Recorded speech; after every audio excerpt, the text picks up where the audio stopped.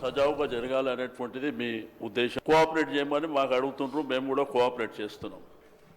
ఈరోజు short discussion పెట్టింది రైతు భరోసా విషయంలో మంత్రి గారు స్పష్టంగా చెప్పారు. మరి గౌరవ కాంగ్రెస్ శాసనసభ్యులు మాట్లాడినప్పుడు విపు గారు ఇక్కడే ఉన్నారు.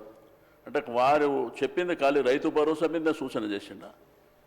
రైతు భరోసా అన్నప్పుడు ఈ రాష్ట్రానికి సంబంధించినటువంటి గత ప్రభుత్వంలో చేసినటువంటి రైతు బంధు విషయంలో కానివ్వండి, మనకున్నటువంటి సమైక్య ఆంధ్రప్రదేశ్ రాష్ట్రంలో జరిగినటువంటి పరిణామాలు, ఆ తర్వాత 2014 నుంచి ఇప్పటి వరకు జరిగినటువంటి అంశాలు కూడా లింక్ అయి ఉంటాయి అధ్యక్ష. అంతేగాని 2 నిమిషాలలో మీరు ఇది చెప్పాలనేటువంటి పద్ధతిలో మీరు చెప్పడం కరెక్ట్ కాదు. రెండోది, నా రిక్వెస్ట్ అని ఏంటంటే, స్పీకర్ గారు పర్మిషన్ ఇచ్చినప్పుడు గౌరవ శాసనసభ్యులు మాట్లాడిన తర్వాత మా శాసనసభ్యులు కేటీఆర్ గారు మాట్లాడుతున్నప్పుడు మీరు కొద్దిగా వినే ఓపికతో వింటే సభ సజావుగా జరుగుతుంది. మళ్ళీ మీరు అడుగుతారు, మేము అడుగుతాము, అనవసరంగా లేనిపోని కాంట్రవర్సీ అవసరం లేదు కదా. రాష్ట్రంలో రైతాంగం ఇబ్బంది పడుతున్నారు.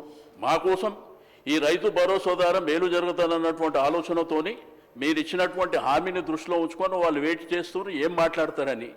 మళ్ళీ అనవసరంగా మధ్యలో మీరు మాట్లాడి మేము మాట్లాడి లేనిపోని కాంట్రవర్సీ చేసుకొని సబ్జెక్టు పక్కదారి పడితే దయచేసి దీన్ని పరిగణలోకి మీరు తీసుకోవాలని చెప్పి నేను రిక్వెస్ట్ చేస్తున్నా అధ్యక్ష.